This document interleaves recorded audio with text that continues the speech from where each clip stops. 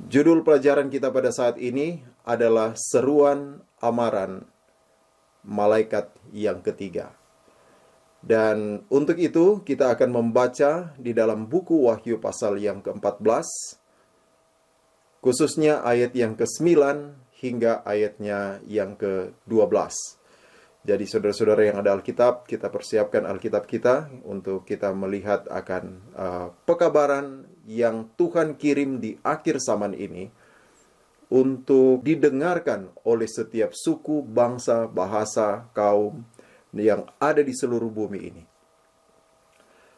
Oke, sambil kita berdoa meminta hikmat daripada Tuhan, mari kita membaca akan Alkitab kita di dalam buku Wahyu pasal yang ke-14. Wahyu 14 ayat yang ke-9.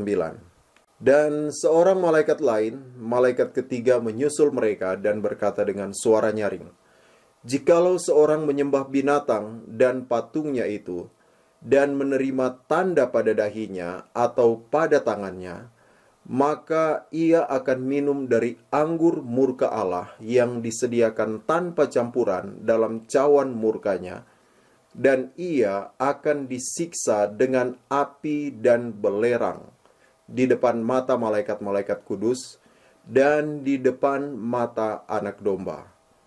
Maka asap api yang menyiksa mereka itu naik ke atas sampai selama-lamanya.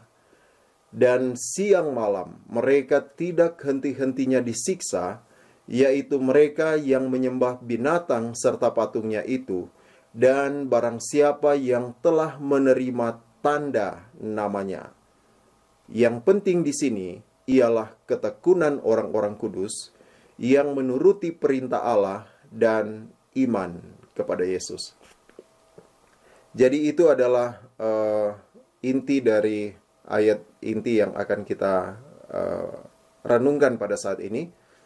Dan sekali lagi, ini adalah merupakan pekabaran malaikat yang ketiga dari seri pekabaran 3 malaikat. Pekabaran malaikat yang pertama, penghakiman telah tiba, dan kita melihat bahwa penghakiman untuk jemaat Laodikia ternyata adalah sebuah kabar baik. Dan kemudian pekabaran yang kedua memberitahukan kepada kita bahwa Babel sudah rubuh, keluar daripadanya, supaya kita tidak mengambil bagian di dalam dosa Babel. Kemudian setelah amaran itu diberikan, umat Tuhan dipanggil keluar dari Babel dan bergabung di dalam kelompok umat Tuhan, dan di sana mereka akan memuji Tuhan seperti orang Israel keluar dari Mesir untuk beribadah kepada Tuhan. Orang Israel keluar dari Babel, mereka membangun bait suci dan beribadah kepada Tuhan. Demikian juga pekabaran yang terakhir adalah sebuah panggilan untuk keluar dari Babel dan kemudian bersatu dengan Tuhan dalam sebuah persekutuan dengan umat-umat Tuhan dan dengan Tuhan, dan memuliakan Tuhan di dalam bait sucinya. Itu pekabaran malaikat yang kedua, karena pekabaran malaikat yang pertama mempersiapkan bait suci, pekabaran malaikat yang kedua memanggil orang keluar dari Babel dan bergabung di dalam bait suci, dan pekabaran malaikat yang ketiga memberikan sebuah amaran.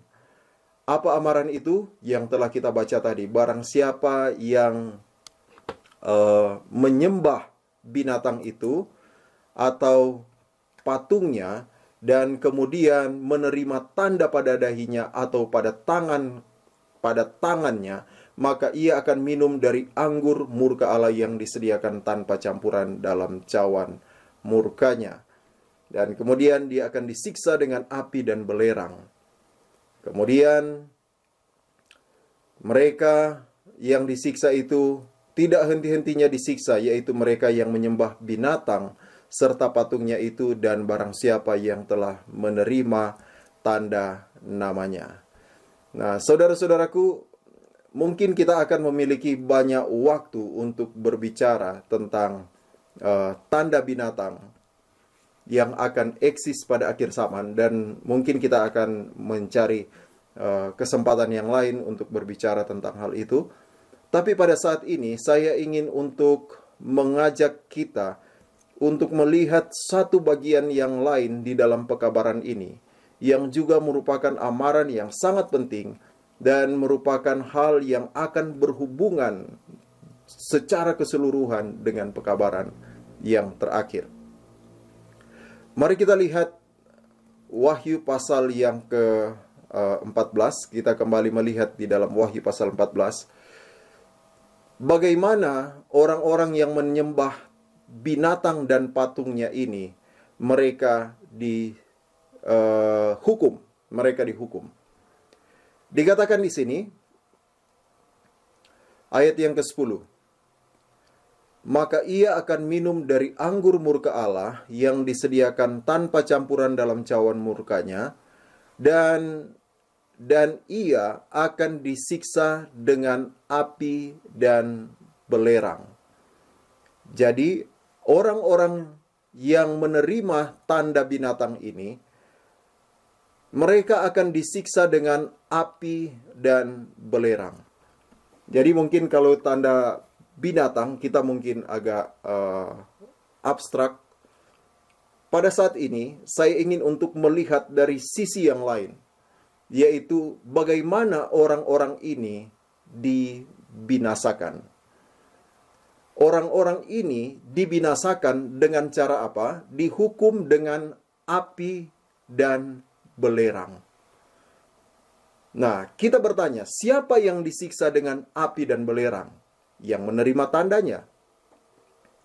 Tapi, apakah ada contoh yang lain di dalam Alkitab di mana orang atau Tuhan menghukum dengan api dan belerang?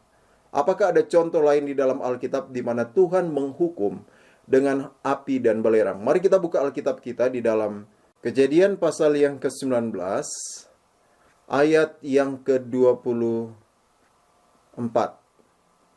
Saudara lihat di sini. Kemudian Tuhan menurunkan hujan, belerang, dan api atas Sodom dan Gomora.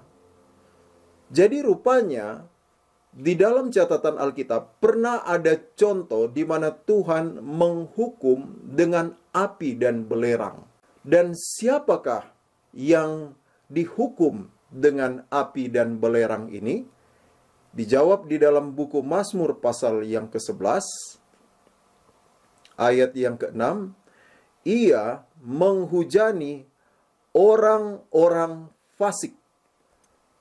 Jadi yang dihukum dengan api dan belerang itu adalah orang-orang fasik. Dihukum dengan api dan belerang.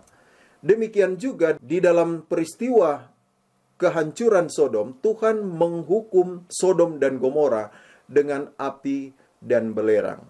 Pertanyaannya, apakah orang Sodom itu adalah golongan orang fasik sehingga Tuhan menghukum penduduk Sodom ini dengan api dan belerang? Mari kita lihat di dalam Kejadian pasal 18. Kita tahu di dalam Kejadian pasal 18, sebelum Sodom dan Gomora dibinasakan, maka Tuhan datang kepada Abraham. Kita lihat catatannya. Tuhan datang kepada Abraham, sedang Abraham duduk, datanglah malaikat Tuhan, kemudian berbicara, dan mengumumkan penghukuman atas Sodom dan Gomora. Kemudian, kita baca ayat yang ke-20. Tuhan berfirman, sesungguhnya banyak keluh kesah orang tentang Sodom dan Gomora. Sesungguhnya sangat berat dosanya. Ketika Tuhan mengumumkan bahwa Sodom dan Gomora dosanya itu sudah sangat berat. Kalau di istilah buku Wahyu, dosanya itu telah mencapai langit. Ketika Tuhan mengumumkan bahwa Sodom dan Gomora itu dosanya itu sudah sangat berat, apa yang terjadi dengan Abraham? Abraham mengajukan sebuah pertanyaan kepada Tuhan. Saudara tahu apa pertanyaan yang diajukan oleh Abraham kepada Tuhan? Perhatikan akan hal ini. Kejadian pasal yang ke-18, ayat yang ke-23. Abraham datang mendekat dan berkata, apakah engkau akan melenyapkan orang benar? Maksudnya siapa ini orang benar? Lot dan keluarganya yang ada di dalam Sodom dan Gomora. Apakah engkau akan melenyapkan Lot bersama-sama dengan penduduk Sodom dan Gomora? Dan siapakah penduduk Sodom dan Gomora itu? Lihat ini, orang fasik. Orang fasik. Jadi Tuhan menyatakan bahwa yang akan dihukum dengan api dan belerang itu adalah orang fasik. Dan orang fasik itu adalah penduduk Sodom dan Gomora. Nah, merupakan sesuatu yang sangat unik. Kita bisa lihat sekarang bahwa kejahatan Sodom itu begitu jahat. Ada banyak kejahatan, tetapi yang paling menonjol adalah perkawinan sejenis. Perkawinan sejenis. Dan kita melihat hal itu nyata sekarang. Ada pada sekarang ini. Bahkan yang berusaha untuk menembak calon presiden Amerika, Trump, berasal dari kaum ini. Berasal dari kaum LGBT. Yang tidak mau firman Tuhan itu ditegakkan di Amerika. Jadi mereka berusaha untuk membunuh akan calon presiden ini. Jadi ini merupakan suatu hal yang unik terjadi lagi di akhir zaman. Jadi kita benar-benar menyadari bahwa zaman di mana kita hidup ini adalah benar-benar zaman yang terakhir menjelang akan kedatangan Tuhan yang sudah dekat. Dan buatan akan segera terjadi silih berganti. Dan jika ini semua akan terjadi silih berganti, maka pekabaran juga yang terakhir ini adalah sebuah pekabaran yang sangat penting untuk kita mengerti dan hidupkan. Oke, sekarang mari kita mencoba membiarkan Alkitab untuk menjawab dirinya sendiri tentang siapakah atau apakah artinya orang fasik itu. Saya mengajak saudara untuk melihat beberapa catatan di dalam Alkitab tentang siapakah orang fasik. Kenapa? Karena pekabaran yang sangat penting di akhir zaman ini adalah hindari dosa kefasikan. Karena jika kita melakukan dosa kefasikan, maka kita akan menerima penghukuman yang terakhir, yaitu penghukuman dengan api dan belerang. Dosa kefasikan ini adalah dosa yang sangat berbahaya. Kenapa? Ketika Allah menghukum Sodom dan Gomora dengan api dan belerang, siapa yang dibinasakan pada waktu itu? Siapa yang dibinasakan? Ada 3 yang dibinasakan. Yang pertama adalah penduduk Sodom dan Gomora. Yang kedua, siapa yang dibinasakan pada saat Sodom dan Gomora dibinasakan? Calon menantu daripada Lot. Siapa ini calon menantu daripada Lot? Ya, sebentar lagi dia akan menjadi bagian dari keluarganya Lot. Kemudian, siapa yang ketiga yang dibinasakan pada waktu Allah menghujani orang-orang Sodom dan Gomora dengan api dan belerang? Saudara tahu siapa yang ketiga yang dibinasakan? Istri daripada Lot. Nah, kalau kita mau definisikan siapa penduduk Sodom dan Gomora, ini adalah orang-orang yang menyangkal akan Tuhan. Benar-benar secara terang-terangan menentang Tuhan. Siapa calon menantu daripada Lot? Mereka adalah orang-orang yang sedang belajar bagaimana caranya mau jadi umat Tuhan. Karena calon menantu kan lagi belajar bersama dengan Lot. Lot sedang mengajari mereka. Dan mereka tertarik dengan Lot. untuk bergabung dengan Lot. Jadi yang pertama adalah orang yang jelas-jelas menentang Tuhan. Kelompok yang kedua yang sedang mempelajari akan firman Tuhan. Kelompok yang ketiga adalah, ini yang berbahaya, istri daripada Lot. Siapa istri daripada Lot? Dia adalah umat pilihan Allah. Dia adalah umat pilihan Allah. Jadi dengan kata lain, siapa yang menerima, kelompok mana yang menerima penghukuman api dan belerang ini? Yang pertama, Sodom dan Gomora, calon menantu Lot, anak mantu Lot, kemudian istri daripada Lot. Mereka yang bukan umat Tuhan, mereka yang sedang mau belajar untuk menjadi umat Tuhan, dan umat Tuhan sendiri. Apa artinya? Dosa kefasikan ini adalah dosa yang tidak pandang bulu. Dosa tidak pandang bulu. Mau kamu umat Tuhan, mau kamu sedang tertarik untuk menjadi umat Tuhan, mau kamu penyembah berhala, terlibat dalam dosa kefasikan ini, maka dosa ini akan menghancurkan kehidupanmu. Itu sebabnya sebelum Tuhan datang pada kali yang kedua, Dia mengirimkan pekabaran ini kepada dunia karena Dia menginginkan supaya tidak ada yang binasa dengan dosa ini. Karena dosa ini akan menghancurkan sekalipun itu adalah umat pilihan Allah. Jadi sekalipun itu adalah umat pilihan Allah, dosa ini akan menghancurkan kehidupan siapapun yang melakukan dosa kefasikan ini. Saudara lihat, begitu serius dosa kefasikan ini, sehingga mereka yang melakukannya akan dihukum, dibinasakan dengan api dan belerang. Sekali lagi, dosa kefasikan ini dapat membinasakan mereka yang bukan umat Tuhan, yang sedang tertarik menjadi umat Tuhan, dan umat Tuhan itu sendiri dapat dibinasakan dengan api dan belerang. Pertanyaan, apa itu dosa kefasikan? Mari kita lihat secara cepat beberapa catatan di dalam Alkitab. Kita membiarkan Alkitab menafsirkan dirinya sendiri.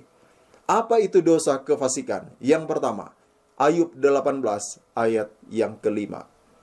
Terang orang fasik tentu padam, dan nyala apinya tidak tetap bersinar.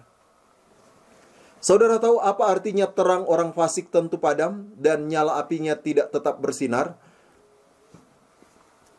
Yesus mengatakan, biarlah terangmu bercahaya, supaya orang melihat apa?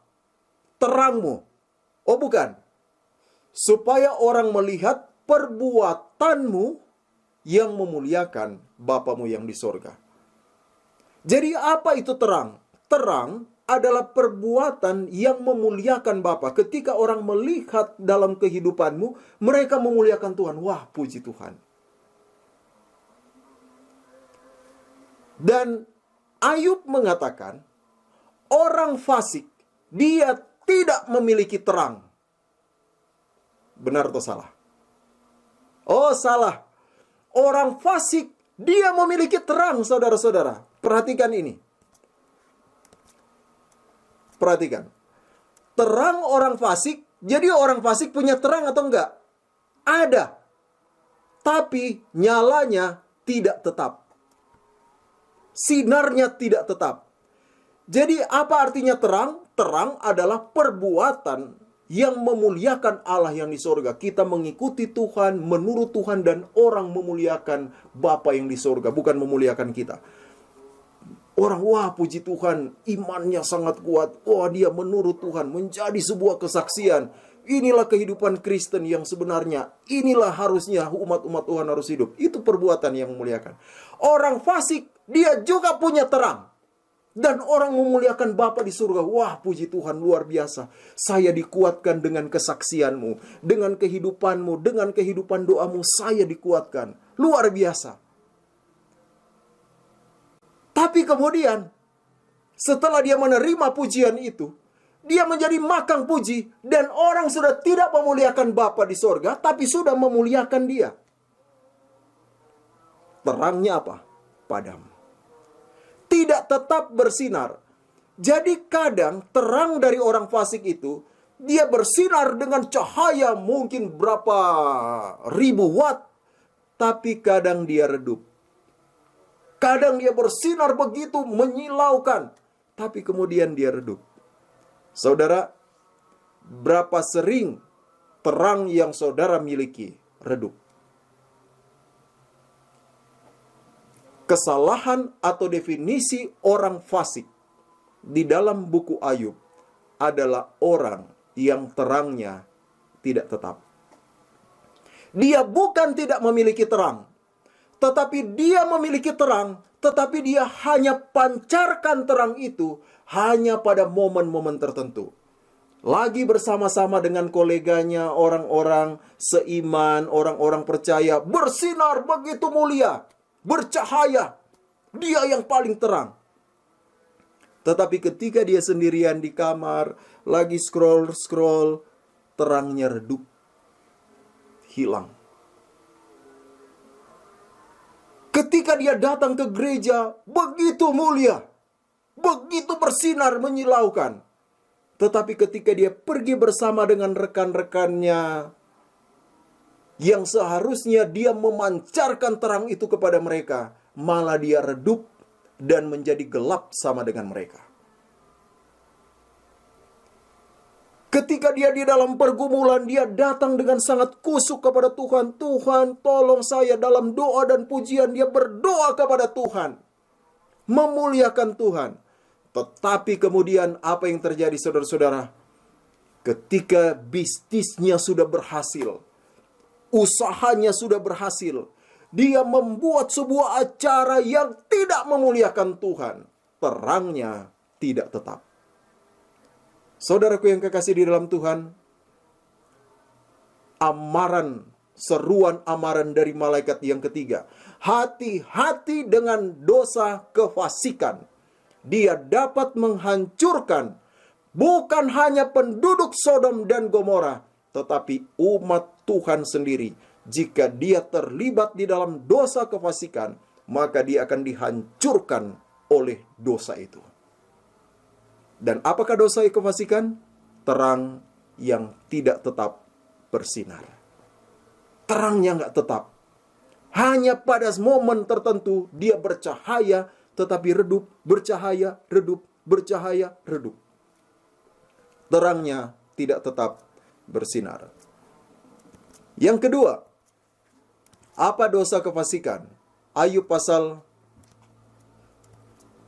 21, ayat 16, 22, dan ayat 18. Rancangan orang fasik adalah jauh daripadaku. Jadi kalau orang fasik membuat rancangan, dia tidak libatkan Tuhan, dia tidak pikirkan Tuhan. Dia tidak pikirkan bahwa ini bermanfaat untuk pekerjaan Tuhan atau tidak. Dia tidak pikirkan ini akan bermanfaat untuk kerohaniannya atau tidak. Dia buat rancangannya dia saja, dan dia tidak melibatkan Tuhan.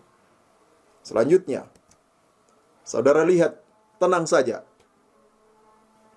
Tenang saja saudara-saudara, masih banyak daftarnya. Oh, saya sudah lolos di pertama. Tenang, tunggu, masih banyak daftarnya. Sebab itu orang fasik tidak tahan dalam penghakiman. Kita telah mempelajari di dalam pekabaran malaikat yang pertama, penghakiman ini adalah sebuah panggilan kepada orang berdosa untuk datang dan mengakui akan kesalahannya di hadapan Tuhan, dan kemudian datang dalam pertobatan. Tapi apa yang dilakukan oleh orang fasik? Ketika dia telah melakukan dosa, dia sudah tahu bahwa Tuhan akan mengampuni dia, tetapi dia tidak mau datang. Dia tidak tahan dengan penghakiman itu. Dia menjauh dari penghakiman itu.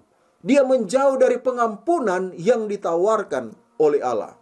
Itu artinya orang fasik tidak tahan dalam penghakiman. Selanjutnya, orang fasik, coba renungkan sejenak. Saudara siapa yang saudara lihat, kemudian saudara membenci orang itu karena dia terlalu bersalah terhadap Anda? Coba ingat, apakah ada orang di gereja yang Anda tidak suka untuk lihat? Apakah ada orang di keluarga Anda, tetangga Anda, yang engkau tidak suka untuk melihatnya karena dia sudah menyakiti engkau, dan kemudian engkau sudah menyimpan kemarahan di dalam hati? Memang sih waktu ketemu dia, sahabat-sahabat, apa kabar, shalom, puji Tuhan. Tapi dalam hati, kamu. Orang fasik adalah dia yang menyimpan kemarahan. Saudara, ingat bahwa dosa kefasikan ini tidak pandang bulu, saudara-saudara. Jangan menganggap kita sudah umat Tuhan. Jangan menganggap kita sudah setiap hari datang beribadah kepada Tuhan. Tapi menyimpan kemarahan, engkau akan menerima penghukuman bersama dengan Sodom dan Gomora. Engkau akan menerima penghukuman dengan kaum LGBT Sodom dan Gomora jika engkau menyimpan kemarahan kepada sesamamu, anggota jemaat, rekan sekerja, saudaramu. Jika engkau menyimpan kemarahan itu, masih menyimpan itu, tertutup rapi, tidak ada yang dapat melihat, tapi engkau mengetahuinya, engkau membenci dia. Berdoa kepada Tuhan, sehingga dia dapat melepaskan engkau dari perbudakan ini. Selanjutnya, Mazmur 55 ayat yang ketiga. Karena teriakan musuh, karena aniaya orang fasik, sebab mereka menimpakan kemalangan kepadaku, dan dengan geramnya mereka memusuhi aku. Perhatikan, mereka orang yang memusuhi, orang yang geram dan menganiaya. Kenapa pekabaran ini adalah pekabaran malaikat yang ketiga? Karena di akhir zaman ini akan ada satu waktu penduduk dunia ini hanya akan dibagi menjadi dua bagian. Yang pertama, kelompok yang dianiaya. Yang kedua, kelompok yang menganiaya. Apa artinya, saudara-saudara? Mereka yang akan berdiri untuk Tuhan, mereka akan dianiaya. Sementara mereka yang tidak mau berdiri untuk Tuhan, mereka lah kelompok yang penganiaya. Jadi kalau kita terbiasa menyimpan kegeraman, kemarahan, kebencian di dalam hati, pada akhirnya kita akan berdiri dengan kelompok yang kedua yang menganiaya umat-umat Tuhan. Bagaimana mungkin di akhir zaman ini kita berharap kita akan berdiri di dalam kelompok umat-umat Tuhan yang akan dianiaya, sementara di saat yang lain kita menyimpan suka, marah, benci kepada orang lain. Bagaimana mungkin kita berharap bahwa kita akan berdiri di dalam barisan umat-umat Tuhan? Itu akan menjadi satu hal yang mustahil pada akhir zaman ini. Jika engkau menyimpan kemarahan, kegeraman kepada orang lain, bertobat saat ini.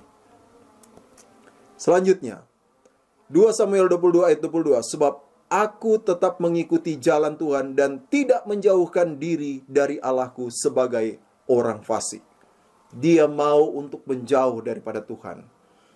Dia adalah umat Tuhan. Ini adalah nasihat untuk orang Israel, ya. Dia adalah orang Israel, umat Tuhan, tapi tidak menjalin hubungan dengan Tuhan. Saudara, bagaimana mungkin kita mengaku sebagai umat Tuhan, tetapi tidak punya hubungan dengan Tuhan? Tidak punya personal relationship, hubungan secara pribadi dengan Tuhan. Bagaimana kita bisa mengaku umat Tuhan? Pada akhirnya, mereka yang suka menjauhkan diri dari Tuhan akan didefinisikan sebagai orang fasik yang akan menerima penghukuman yang terakhir. Amsal Mazmur 10 ayat yang ketiga. Karena orang fasik memuji-muji keinginan hatinya. Jangan lihat orang, saudara-saudara. Oh, ketua sana dia makan puji, pendeta sana makan puji. Jangan lihat orang. Renungkan, apakah engkau makan puji? Renungkan. Saya juga sendiri. Apakah saya suka untuk dipuji? Dia suka untuk dipuji. Orang fasik, dia puji-puji. Wah, keinginan hati saya ini bagus. Memuji diri sendiri. Orang fasik menista Allah. Sambil berkata dalam hatinya, engkau tidak menuntut. Saudara tahu apa artinya? Dosa kefasikan adalah dosa yang berkata dalam hati, Tuhan gak nuntut kok. Tuhan gak nuntut. Pertama dia melakukan dosa itu, suara Roh Kudus begitu kencang di dalam hatinya. Sehingga ketika dia menyadari akan dosa itu, dia datang, Tuhan ampuni saya Tuhan, tolong saya Tuhan, saya sudah melakukan kejahatan, ampuni saya Tuhan. Kemudian apa yang terjadi saudara-saudara? Dia merasakan, wah Tuhan sudah mengampuni saya. Selanjutnya di dalam berjalannya waktu, dia jatuh lagi dalam dosa yang sama. Dia datang, Tuhan ampuni saya menyesal Tuhan, saya bertobat Tuhan, ampuni saya. Oh terima kasih engkau sudah mengampuni saya. Dia berjalannya waktu, jatuh lagi. Tuhan ampuni saya. Kemudian dia jatuh lagi. Kayaknya 3 yang pertama aman. Aman. Kemudian dia jatuh lagi. Masih aman. 4 sudah aman. Kemudian selanjutnya dia sengaja menjatuhkan diri. Mau tes. Kok masih aman? Kemudian dia jatuh, dia tes sekali lagi. Bikin lagi dosa yang sama. Wah. Ternyata Tuhan tidak menuntut. Akhirnya dia melakukan itu terus menerus. Kenapa? Karena Tuhan tidak menuntut. Dia melihat dia tetap aman melakukan itu. Itu sebabnya dia tetap terus-menerus melakukannya. Kenapa dia melakukannya? Karena dia menyadari Tuhan tidak menuntut. Saya tidak rugi, saya tidak sakit, saya tidak dipecat, saya tetap berada baik-baik saja. Tidak ada kondisi yang buruk terjadi dalam kehidupan saya tetap baik-baik saja. Jadi saya mau untuk melakukannya, tetap untuk melakukannya. Saudaraku, hati-hati dengan dosa kefasikan. Ini adalah dosa yang sangat berbahaya. Orang fasik menghunus pedang dan melentur busur mereka dan merobohkan orang-orang sengsara dan orang miskin untuk membunuh orang-orang yang hidup jujur. Mereka tidak peduli dengan orang miskin dan membenci orang yang hidup jujur. Saudara, apakah ada orang yang berkekurangan di samping rumah? Bagaimana engkau merespons orang-orang yang minta uang? Atau yang membutuhkan pekerjaan dan lain sebagainya?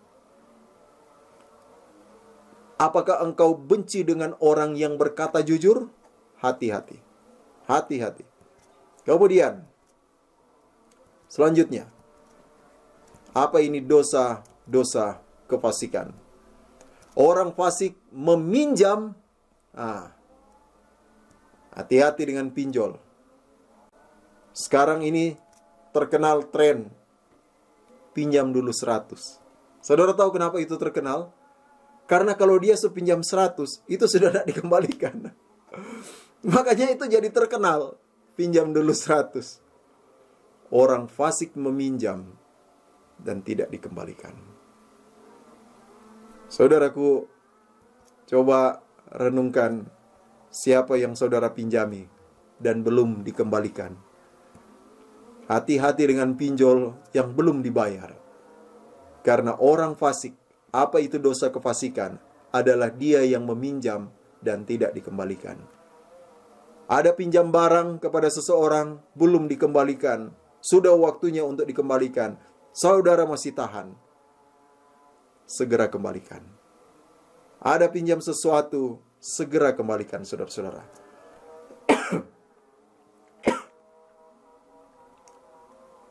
Karena dosa kefasikan adalah dosa yang meminjam dan tidak mengembalikan. Selanjutnya, Mazmur 73 ayat 12. Sesungguhnya itulah orang fasik, mereka menambah harta dan senang selamanya. Tujuan hidup mereka di dunia ini adalah untuk menambah harta dan memperoleh kesenangan. Sehingga mereka lupa bahwa kehidupan di dunia ini akan segera berakhir. Yesus akan segera datang dan segala sesuatu di dunia ini akan dihancurkan dalam nyala api. Akan dihanguskan. Tidak ada yang tersisa. Dan orang fasik tidak menyadari akan hari penghakiman itu. Dan mereka terus menambah harta. Dan tidak mau berkorban untuk pekerjaan Tuhan. Dan yang penting saya senang, keluarga saya senang. Selanjutnya, Mazmur 109 ayat 2. Sebab mulut orang fasik berbicara terhadap aku dengan lidah dusta. Hati-hati saudara-saudara. Jika saudara masih memiliki ini, lidah dusta. Aku menjadi gusar terhadap orang fasik yang meninggalkan Tauratmu. Saudara, pada akhir zaman ini akan ada kelompok yang akan mengatakan bahwa Taurat itu sudah disalibkan. Taurat itu sudah tidak berguna lagi. Taurat itu sudah dipalangkan. Taurat itu sudah tidak berguna. Kita hidup di zaman perjanjian baru. Tapi Alkitab dengan tegas mengatakan bahwa dosa yang akan dihukum pada akhir zaman, yang akan menerima tanda binatang, adalah mereka yang meninggalkan Taurat Tuhan. Selanjutnya, keselamatan menjauh dari orang fasik sebab ketetapan-ketetapanmu tidak mereka cari. Jadi kenapa mereka menjauh dari Taurat Tuhan? Karena mereka tidak suka dengan ketetapan itu. Makanya mereka tidak mencari ketetapan-ketetapan. Kemudian, mulut orang benar adalah sumber kehidupan, tetapi mulut orang fasik menyembunyikan kelaliman atau wicked, kejahatan. Apa artinya saudara-saudara? Dia memiliki niat yang jahat, tetapi dia tidak mengungkapkan. Yang terlihat di wajahnya itu senyum manis, tetapi ada niat jahat yang dia sembunyikan di dalam mulutnya. Selanjutnya, penghasilan orang fasik membawa kepada dosa. Saudara, kalau saudara terima gaji, saudara bikin apa itu uang?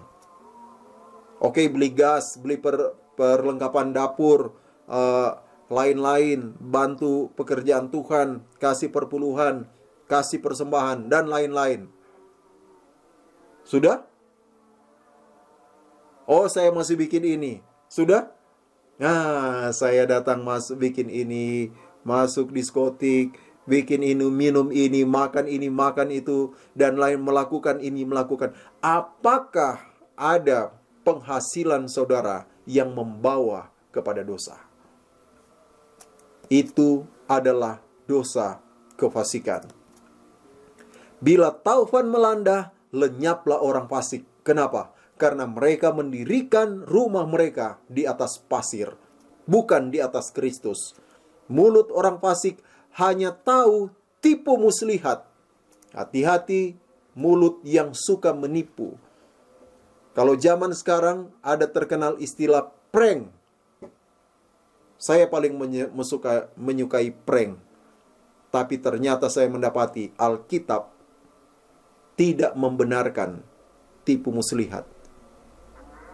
Loh, tipu muslihat kan bukan prank. Prank itu apa? Tipu muslihat kan? Dan Alkitab mengatakan orang yang bercanda dengan melakukan tipu itu sama dengan orang gila. Itu sama dengan orang gila. Hati-hati dengan tipu walaupun itu dalam kondisi bercanda. Dengan mulutnya orang fasik membinasakan sesama manusia. Dia suka menuduh.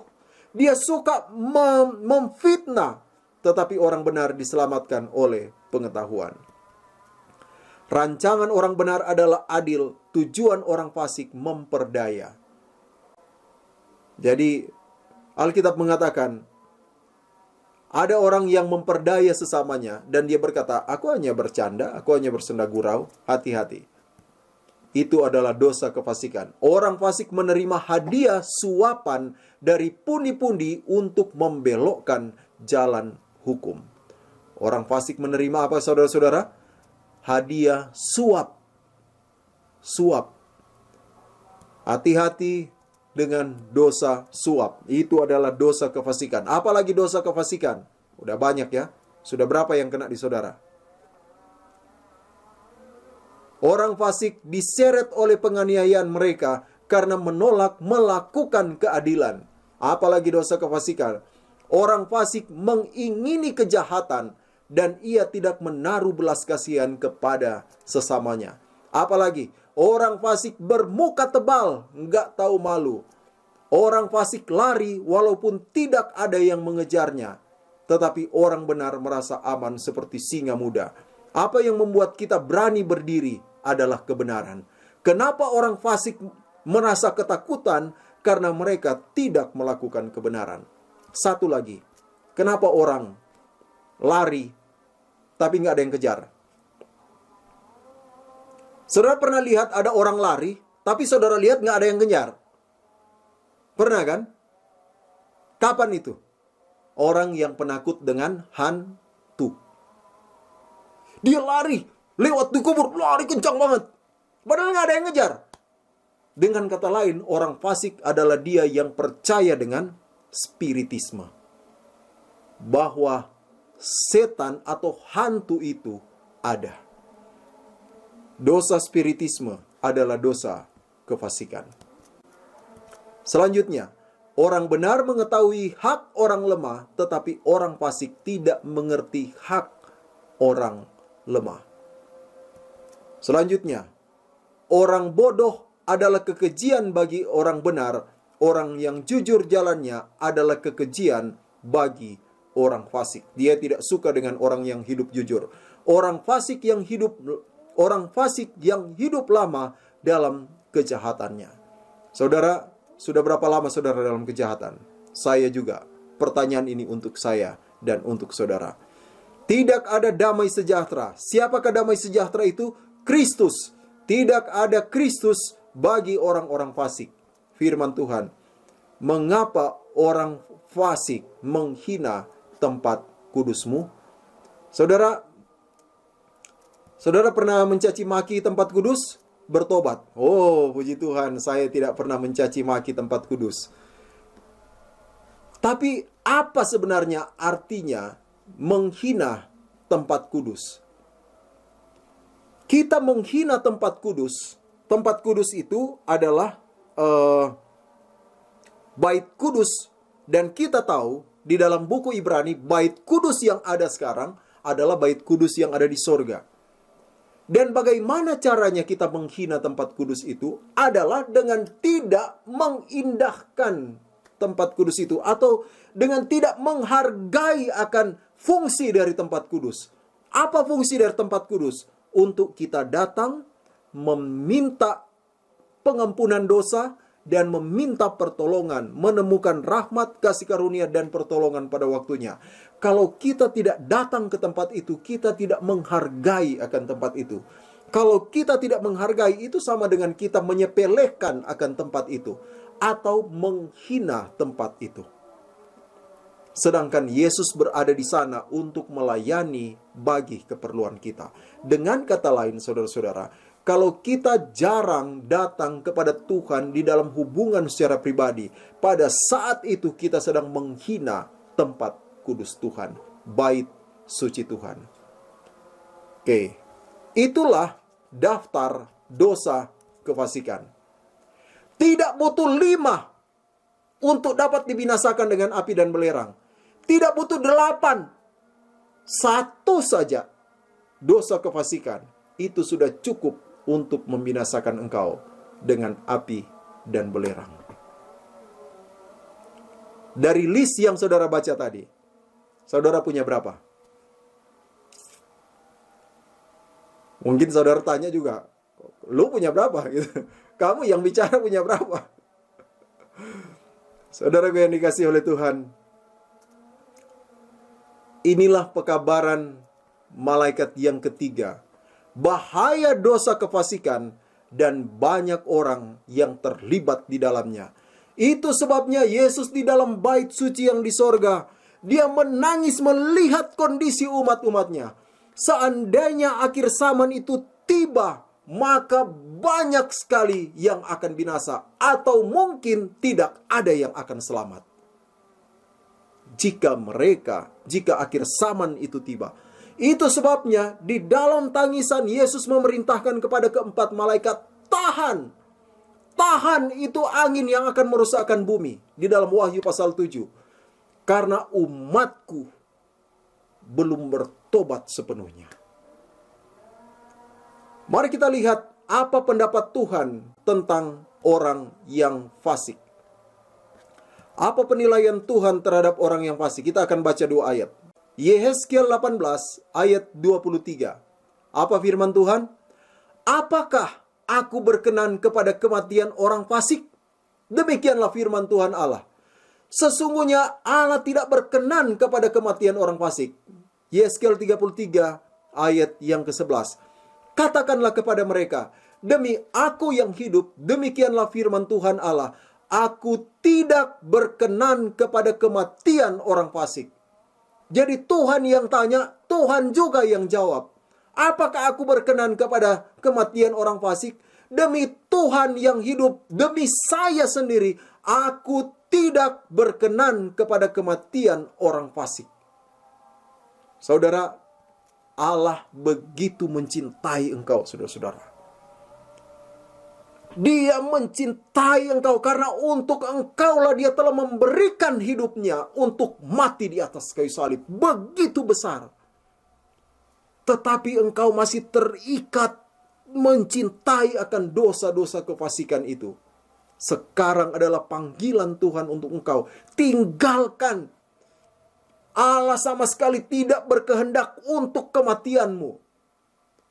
Tapi jika engkau tetap mengikatkan diri dengan dosa itu, maka dia tidak memiliki pilihan yang lain. Seperti yang dia lakukan, saya percaya, dalam tangisan, dia harus menghukum penduduk Sodom dan Gomora. Saudaraku yang kekasih di dalam Tuhan, mari kita lanjutkan membaca ayat ini. Apakah aku berkenan kepada kematian orang fasik? Aku tidak berkenan kepada kematian mereka, tetapi kepada pertobatan mereka supaya dia bisa hidup. Allah menginginkan pertobatan orang fasik sehingga dia dapat diselamatkan. Aku berkenan kepada pertobatan orang fasik itu dari kelakuannya supaya ia bisa hidup. Bertobatlah dari hidupmu yang jahat itu. Mengapakah kamu akan mati, hai kaum Israel? Jangan anggap engkau sudah kaum Israel dan engkau akan selamat pada waktu Yesus datang. Apa yang dikatakan oleh Tuhan kepada kaum Israel? Jangan engkau menganggap kamu adalah kaum Israel dan kamu sudah selamat, sudah merupakan jaminan. Jangan anggap kamu sudah menjadi kaum Israel dan kamu tidak akan terima tanda binatang pada akhirnya. Jangan anggap kamu sudah kaum Israel dan kamu sudah aman. Malaikat yang pertama akan ada penghakiman. Malaikat yang kedua, Babel sudah rubuh, bergabung dengan umat Tuhan. Wah, puji Tuhan, saya sudah menjadi umat Tuhan. Ada pekabaran malaikat yang ketiga. Pekabaran malaikat yang ketiga, umat Tuhan jauhi dosa kefasikan.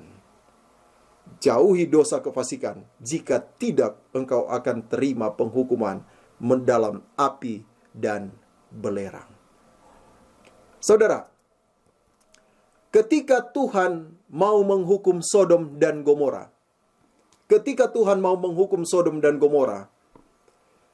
dia datang kepada mereka. Ada berapa yang datang kepada Sodom dan Gomora? Kepada Abraham. Saudara tahu ada berapa yang datang? Kita baca di dalam Kejadian pasal 18 ayat yang kedua. Ketika Abraham mengangkat mukanya, ia melihat 3 orang berdiri di depannya. Oke? Siapa 3 orang ini? Mereka datang dan membawakan pekabaran tentang Sodom dan Gomora. Dan sesudah itu, yang satu tinggal bersama Abraham, yang 2 melanjutkan perjalanan ke Sodom dan Gomora. Siapa mereka? Lihat ini. Kedua malaikat itu. Jadi siapa sebenarnya 3 orang ini? 3 orang ini. Tidak lain mereka adalah siapa? 3 malaikat.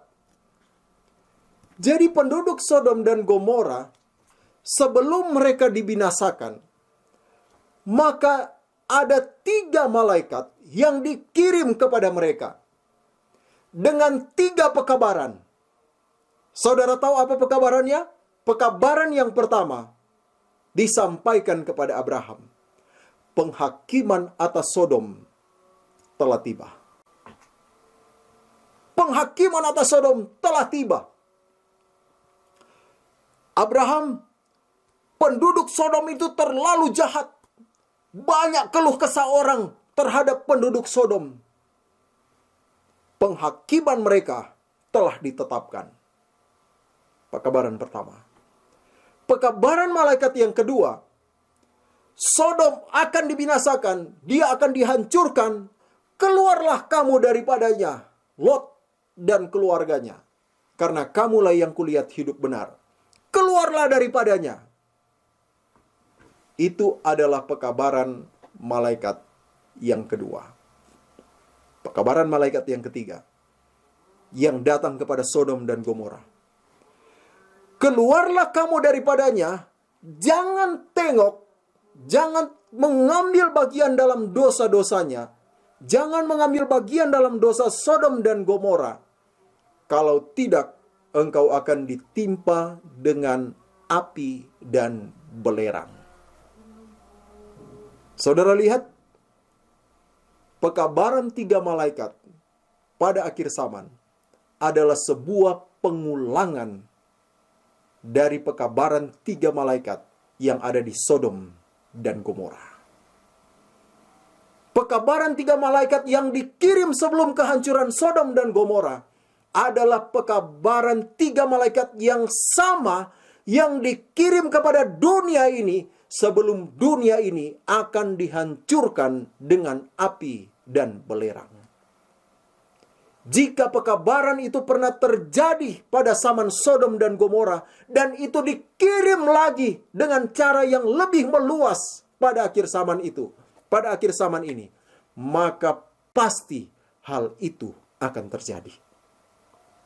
Dan jika hal itu akan terjadi, siapkah kita untuk hari, bukan hari kebinasaan, hari keselamatan itu? Sudahkah kita bersedia untuk hari keselamatan itu? Aduh Tuhan, tapi saya melihat daftar ini terlalu berat bagi saya. Saya lihat, waduh, dari bahkan hampir semua saya miliki. Dari daftar-daftar yang saya lihat tadi tentang dosa kefasikan. Bagaimana saya bisa bertobat Tuhan? Bisakah saya diselamatkan Tuhan? Tuhan katakan, saya tidak berkenan terhadap kebinasaanmu, tetapi terhadap pertobatanmu. Tapi Tuhan, ini terlalu berat bagi saya untuk dilakukan. Bagaimana saya bisa diselamatkan dengan dosa-dosa yang sebanyak ini yang saya miliki? Saudara tahu apa yang Tuhan katakan? Mari kita lanjutkan membaca ayat yang terakhir.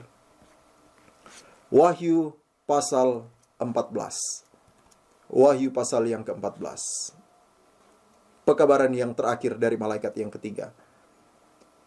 Oke, di sini kamu melihat betapa dosa kefasikan itu adalah dosa yang sangat berbahaya yang dapat menjerat bahkan mereka yang umat Tuhan sendiri. Sekarang kamu menyadari, kamu sulit untuk mendapatkan keselamatan itu karena dosa kefasikan itu terlalu mengikat di dalam hatimu. Bagaimana supaya saya bisa bertobat? Lihat ini, pekabaran penutup dari pekabaran malaikat ketiga. Yang penting di sini, Ini yang penting. Bukan ini. Bukan ini. Tapi ini yang penting. Bukan engkau mengetahui betapa jahatnya. Bukan itu. Engkau perlu mengetahui itu. Tetapi yang lebih penting dari itu adalah ini.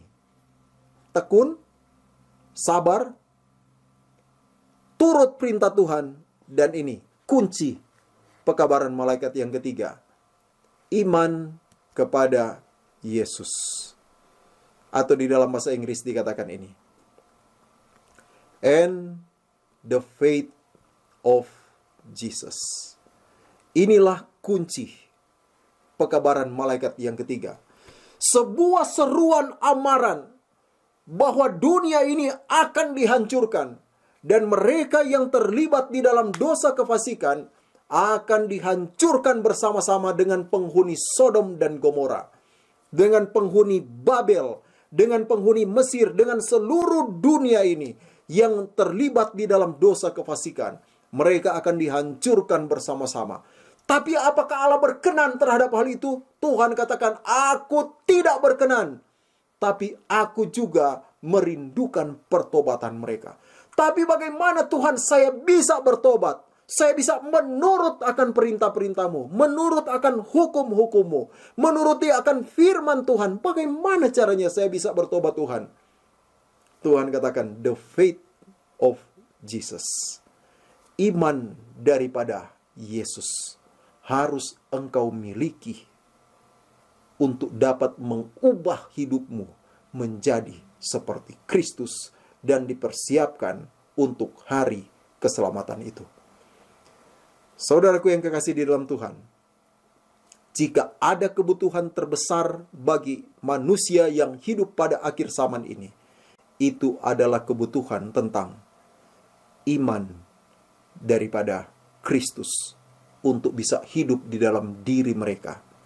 Dan dengan iman itu, mereka dapat dipersiapkan untuk menghadapi peristiwa-peristiwa besar yang ada di hadapan mereka. Dan mereka dapat berdiri di dalam karakter daripada Kristus karena mereka telah memiliki iman yang dimiliki oleh Kristus. Saudara tahu apa itu iman yang dimiliki oleh Kristus? Yesus berkata, aku tidak mengatakan apa-apa kalau Bapa belum mengatakan itu kepadaku. Aku tidak melakukan apa-apa sebelum aku melihat Bapa melakukannya. Dengan kata lain, iman yang dimiliki oleh Kristus adalah iman yang bergantung sepenuhnya kepada Bapanya. Di dalam segala kehidupannya, dia mempercayakan seluruh hidupnya kepada Bapanya. Inilah iman daripada Kristus. Di dalam menghadapi setiap pergumulan hidup, dia berseru kepada Bapanya, Bapa, tolong saya. Tadi malam ada seorang teman yang berkonsultasi dengan saya, seorang pelayan hamba Tuhan. Dan saya katakan kepada beliau, saya katakan begini, pendeta, di dalam melayani Tuhan, ingat, jangan terlalu sering minta Tuhan sertai, minta Tuhan sertai, minta Tuhan berkati. Jangan terlalu sering berdoa seperti itu. Oh, kenapa? Karena bisa saja kamu akan menempatkan dirimu sebagai tuan dan dia sebagai hamba. Yang seharusnya kita adalah hamba Tuhan. Tempatkan diri kita sebagai hamba, bukan sebagai tuan. Kalau sedikit-sedikit, Tuhan, saya mau bikin ini, sertai saya ya. Saya mau bikin ini, tolong saya ya. Saya mau buat ini, tolong saya. Lama-lama kita telah menempatkan diri sebagai tuan. Coba kita tempatkan diri kita sebagai hamba. Bagaimana caranya? Tanya Tuhan, Tuhan, hari ini saya mau bikin apa? Tuhan, hari ini saya mau berbuat apa? Saat ini saya mau bikin apa? Tapi itu berat, Tuhan. Tapi Tuhan berkata, engkau mau jadi hamba atau mau jadi tuan? Oke, saya hamba, saya ikut. Tanya terus kepada Tuhan, dan ketika Tuhan menjawab, ikut apa yang dia mau sampaikan untuk kita. Sekalipun itu bertentangan dengan keinginan kita, tugas dari seorang hamba adalah ikut. Kecuali engkau menempatkan dirimu sebagai tuan, maka engkau akan memerintah dia. Hari ini saya punya list ya. Tolong kamu berkati ini. Kirim malaikatmu ke sini. Kirim penjagamu ke sini. Kirim Roh Kudusmu ke sini. Karena saya sudah merencanakan ini, kamu ikut saya. Ya, tolong ya, jaga saya, kawal saya. Siapa yang hamba? Dia adalah Tuhan, kita adalah hamba. Iman yang dimiliki oleh Kristus adalah dia menyerahkan seluruh hidupnya di bawah kendali daripada Tuhan. Apa yang engkau mau saya buat hari ini, saya buat. Iman seperti ini perlu dimiliki oleh umat Tuhan pada akhir zaman ini. Sehingga kita dapat dimampukan untuk hidup sesuai dengan firman Tuhan. Yesus berkata, akulah pokok anggur, bukan pohon kelapa. Saudara tahu apa beda pokok anggur dan pohon kelapa? Pokok anggur adalah pohon yang tidak bisa naik jika tidak ada yang menopangnya. Dan Yesus katakan, akulah pokok anggur, saya pohon, tapi saya tidak bisa berdiri sendiri tegak ke atas kalau tidak ada yang menolong saya. Dan Bapakulah pengusahanya. Saudara, kadang kita tidak menjadi pokok anggur, tetapi menjadi pohon kelapa. Ketika kita melihat proyek pelayanan, pasti bisa ini, bisa, saya sudah S1, S2, S3, S-teler, dan lain sebagainya. Saya pasti bisa, saya sudah punya pengalaman ini, bisa, lakukan saja. Saya punya sumber daya, dana saya punya, kepintaran saya punya. Saya berdiri seperti pohon kelapa. Orang yang seperti ini adalah orang yang tidak memerlukan Tuhan. Dan mereka akan jatuh pada hari pencobaan itu. Saudaraku yang kekasih di dalam Tuhan, jika ada kebutuhan terbesar kita menjelang hari keselamatan itu, maka itu adalah the faith of Jesus. Iman daripada Kristus harus kita miliki di dalam kehidupan kita secara pribadi. Dan iman inilah yang akan memampukan kita untuk meninggalkan dosa kefasikan, berdiri untuk Tuhan di dalam karakter Kristus, berdiri di dalam karakter Kristus, menjemput akan hari keselamatan itu. Kiranya Tuhan memberkati kita. Saya bawa dalam nama Yesus. Amin.